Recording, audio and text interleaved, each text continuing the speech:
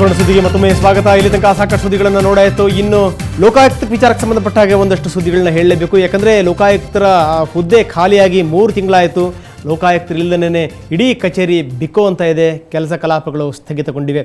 ಇಷ್ಟೆಲ್ಲ ಆದರೂ ಕೂಡ ಯಾಕೋ ಸರ್ಕಾರಕ್ಕೆ ಇದರ ಬಗ್ಗೆ ಮನಸ್ಸಾಗ್ತಾ ಇಲ್ಲ. ಆದಷ್ಟು ಬೇಗ ಲೋಕಾಯುಕ್ತರನ್ನ ನೇಮಿಸಬೇಕು ಅಂತ ಇದರ ವಿರುದ್ಧ ಹೋರಾಡೋಕ್ಕೋಸ್ಕರ ಒಂದು ವಿದ್ಯಾರ್ಥಿಗಳ ತಂಡ ಈಗ ಕಣಕ್ಕೆ ಧುಮುಕಿದೆ.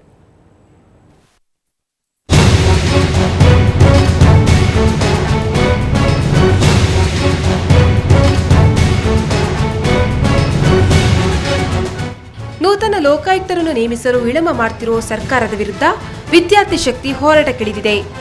ರಾಜ್ಯದಲ್ಲಿ ಹಲವು ತಿಂಗಳುಗಳಿಂದ ಲೋಕಾಯುಕ್ತ ಹುದ್ದೆ ಖಾಲಿ ಇದ್ದರೂ ಸರ್ಕಾರ ಮತ್ತು ರಾಜ್ಯಪಾಲರ ನಡುವಿನ ಸಮರದಿಂದಾಗಿ ರಾಜ್ಯದಲ್ಲಿ ಲೋಕಾಯುಕ್ತ ಹುದ್ದೆ ಖಾಲಿ ಉಳಿದಿದೆ.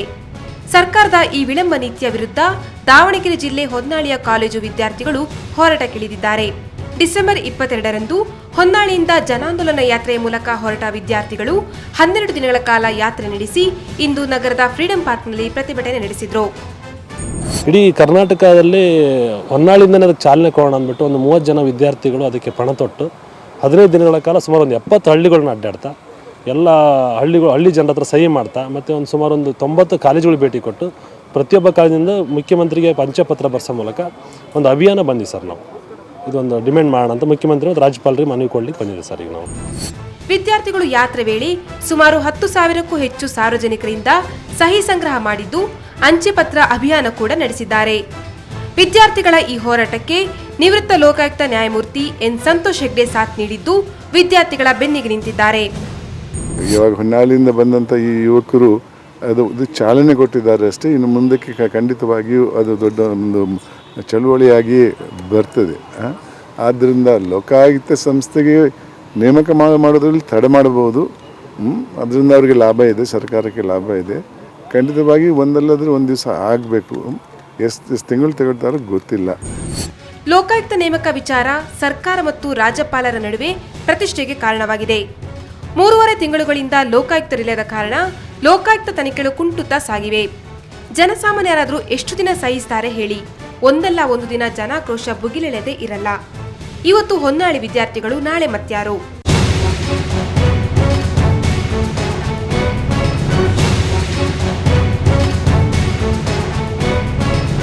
ಮಸೂದ್, ಸುವರ್ಣ ಸುದ್ದಿವಾಹಿನಿ, ಬೆಂಗಳೂರು.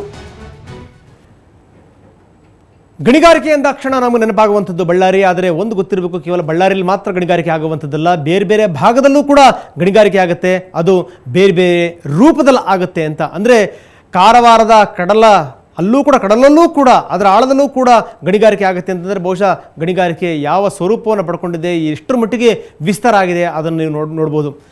ಇನ್ನೇನು ಈ ಕಡಲ ಒಳಗಡೆಗೆ ಅಂದರೆ ಸಮುದ್ರದ ಒಳಗೂ ಕೂಡ ಗಣಿಗಾರಿಕೆ ಅಂತ ಹುಬ್ಬೇರಿಸ್ತಾ ಇದ್ದೀರಾ. ಏನದು ಗಣಿಗಾರಿಕೆ ನೋಡಿ ವರದಿನ. KIADBಗೆ ಸೇರಿದಂತ ಜಾಗ ಈ 1824 ಎಕರೆ. ಈ ಒಂದು ಜಾಗದಲ್ಲಿ ಇವತ್ತು ಚಿಪ್ಪಿ ಗಣಿಗಾರಿಕೆ ಅವ್ಯವಹಿತವಾಗಿ ನಡೀತಾ ಇದೆ. ಅದರಲ್ಲೂ ಕೂಡ ಇದು ಅನಧಿಕೃತ ಎನ್ನುವುದು ವಿಶೇಷ. ಈ ಕುರಿತ ಒಂದು ಎಕ್ಸ್ಕ್ಲೂಸಿವ್ ವರದಿ ಸುವರ್ಣ ನ್ಯೂಸ್ನಲ್ಲಿ. ಎಸ್, ಕರಾವಳಿ ತೀರದ ಈ ಬಯಲಿನಲ್ಲಿ ಅಕ್ರಮವಾಗಿ ಚಿಪ್ಪು ಗಣಿಗಾರಿಕೆ ನಡೀತಾ ಇದೆ. ಹಾಡಹಗಲೇ ಲಕ್ಷಗಟ್ಟಲೆ ಲೂಟಿ ಮಾಡಲಾಗ್ತಾ ಇದೆ ಅನ್ನೋ ಆರೋಪ ಇದೆ. ಇದರ ಬಗ್ಗೆ ನಿಮಗೆ ಫುಲ್ ಡೀಟೇಲ್ಸ್ ನೀಡ್ತೀವಿ.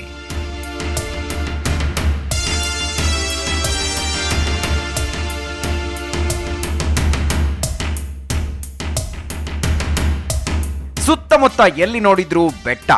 ಹತ್ತಿರದಲ್ಲೇ ಅರಬ್ಬಿ ಸಮುದ್ರ ಇರೋದ್ರಿಂದ ಹಿರೇಗುತ್ತಿಯ ಮಿಡ್ಲಗಂಜಿ ಬಳಿ 400 ಎಕರೆ ಪ್ರದೇಶವನ್ನ ಕೈಗಾರಿಕಾ ಅಭಿವೃದ್ಧಿ ಮಂಡಳಿ ರೈತರಿಂದ ತನ್ನ ವಶಕ್ಕೆ ತೆಗೆದುಕೊಂಡಿದೆ. ಇಲ್ಲಿ ಉಪ್ಪು ತಯಾರಿಕಾ ಘಟಕ ಆರಂಭಿಸೋದಕ್ಕೆ ಅಂತ ಈ ಪ್ರದೇಶವನ್ನ 1972ರಲ್ಲಿ ಬಲ್ಲಾಳಪುರ ಇಂಡಸ್ಟ್ರೀಸ್ಗೆ ಗುತ್ತಿಗೆ ನೀಡಲಾಗಿತ್ತು. ಆದರೆ ಉಪ್ಪು ತಯಾರಿಕೆ ಉದ್ಯಮ ಇಲ್ಲಿ ಸಕ್ಸಸ್ ಆಗಲಿಲ್ಲ. ಆನಂತರ ಇಲ್ಲಿ ತಲೆ ಎತ್ತಿದ್ದೆ ಅಕ್ರಮ ಚಿಪ್ಪು ಗಣಿಗಾರಿಕೆ.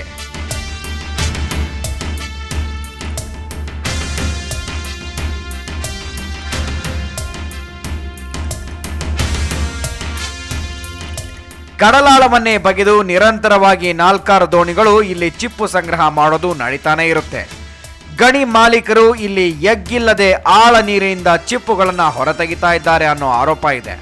ಇದಕ್ಕಾಗಿ ಲೈಸೆನ್ಸ್ ಪಡೆದ ಮಾಲೀಕರು ಕೂಡ ನಿಗದಿಗಿಂತ ಹೆಚ್ಚಿನ ಚಿಪ್ಪುಗಳನ್ನು ತೆಗೆದು ಅಘನಾಶಿನಿ ನದಿಯ ಮೂಲಕ ಅಕ್ರಮವಾಗಿ ಸಾಗಿಸ್ತಾ ಇದ್ದಾರೆ ಅನ್ನೋ ಆರೋಪವೂ ಇದೆ. ಆದರೆ ಕಾರವಾರದ ಗಣಿ ಮತ್ತು ಭೂವಿಜ್ಞಾನ ಇಲಾಖೆಯ ಅಧಿಕಾರಿಗಳು ಇದನ್ನೆಲ್ಲ ಕಂಡು ಕಾಣದಂತೆ ತೆಪ್ಪಗಿದ್ದಾರೆ.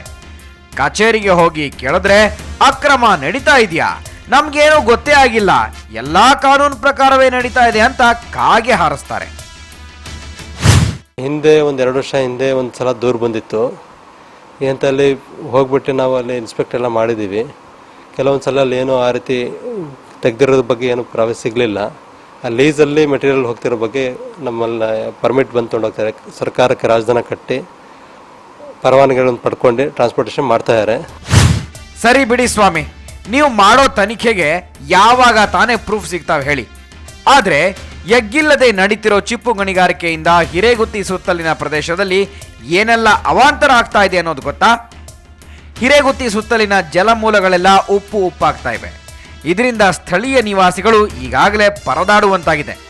ಈ ಬಗ್ಗೆ ಸಂಸದ ಅನಂತಕುಮಾರ್ ಹೆಗಡೆಯವರನ್ನ ಕೇಳಿದ್ರೆ ವಿಷಯ ತಮ್ಮ ಗಮನಕ್ಕೆ ಬಂದಿರೋದಾಗಿ ತಿಳಿಸ್ತಾರೆ. ಈಗಾಗಲೇ ಅದರ ನಮ್ಮ ಗಮನಕ್ಕೆ ಬಂದಿದೆ. ಸರ್ಕಾರದ ಮೈನ್ಸ್ ಆ್ಯಂಡ್ ಜಿಯಾಲಜಿ ಡಿಪಾರ್ಟ್ಮೆಂಟಿಗೆ ಕೂಡ ನಾವು ಅದನ್ನು ತಿಳಿಸಿದ್ದೀವಿ. ಈ ರೀತಿಯಲ್ಲಿ ಬೇರೆ ಅವ್ಯವಹಾರಗಳು ನಡೀತಾ ಇದೆ, ಸರ್ಕಾರದ ಜಾಗ, ಸರ್ಕಾರದ ಆಸ್ತಿಯನ್ನು ನಾವು ಕಾಪಾಡ್ಕೋಬೇಕು ಅಂತ ಅವರೊಂದು ತನಿಖಾ ಸಮಿತಿಯನ್ನು ಕಳಿಸ್ಕೊಡ್ತೀವಿ ಅಂತ ನಮ್ಗೆ ಈಗಾಗಲೇ ಆಶ್ವಾಸನೆ ಕೊಟ್ಟಿದ್ರು. ಅದು ಏನಾಗಿದೆ ಅನ್ನೋಂಥದ್ದು ನಮ್ಮ ಮಾಹಿತಿ ತರಿಸ್ಕೊಡ್ತೀವಿ.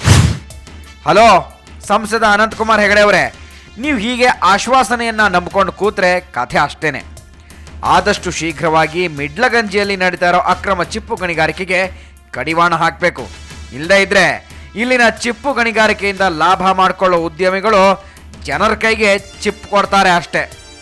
ಕ್ಯಾಮರಾಮನ್ ಗಿರೀಶ್ ಜೊತೆ ಕಡತೋಕ ಮಂಜು, ಸುವರ್ಣ ಸುದ್ದಿವಾಹಿನಿ, ಕಾರವಾರ. ನಾಯಿಗಳ ಬಗ್ಗೆ ಯಾರ್ಯಾರೋ ದನಿ ಏರಿಸಾಯಿತು, ಆದರೆ ಯಾವ ಪ್ರಯೋಜನ ಕೂಡ ಆಗಲಿಲ್ಲ. ಈಗ 5 ವರ್ಷದ ಬಾಲಕ PIL ಅನ್ನು ಹಾಕಿದ್ದಾನೆ, ಕೋರ್ಟ್ಗೆ ಮೊರೆ ಹೋಗಿದ್ದಾನೆ. ಇನ್ನಾದರೂ ನ್ಯಾಯ ಸಿಗಲಿ ಅನ್ನುವಂಥದ್ದು, ಅಂದರೆ ದೊಡ್ಡವರಿಂದ ಆಗದೇ ಇರುವಂಥದ್ದು ಈ ಬಾಲಕನಿಂದ ಆಗುತ್ತಾ ಅನ್ನುವಂಥದ್ದು ದೊಡ್ಡ ಪ್ರಶ್ನೆ. ಅವನ ಜೊತೆಗೆ ಮಾತಾಡೋಣ. ಅವರಿಗೆ ನಮ್ಮೊಂದಿಗೆ ನೇರ ಸಂಪರ್ಕದಲ್ಲಿದ್ದಾರೆ. ಅವನ ಹೆಸರು ಜಿಷ್ಣು. ನೋಡ್ತಾ ಇದ್ದೀರಿ ನೀವು, 5 ವರ್ಷದ ಬಾಲಕ. ಜೊತೆಗೆ ಏನಂದರೆ ಈ ನಾಯಿಗಳಿಂದ ಅವನು ಕೂಡ ತೊಂದರೆ ಪಟ್ಟಿರುವಂಥವನು. ಏನು ಹೇಳ್ತಾನೆ ಜಿಷ್ಣು ಕೇಳೋಣ. ಆದರೆ ಅದಕ್ಕಿಂತ ಮೊದಲು ಒಂದು ಪುಟ್ಟ ವಿರಾಮ.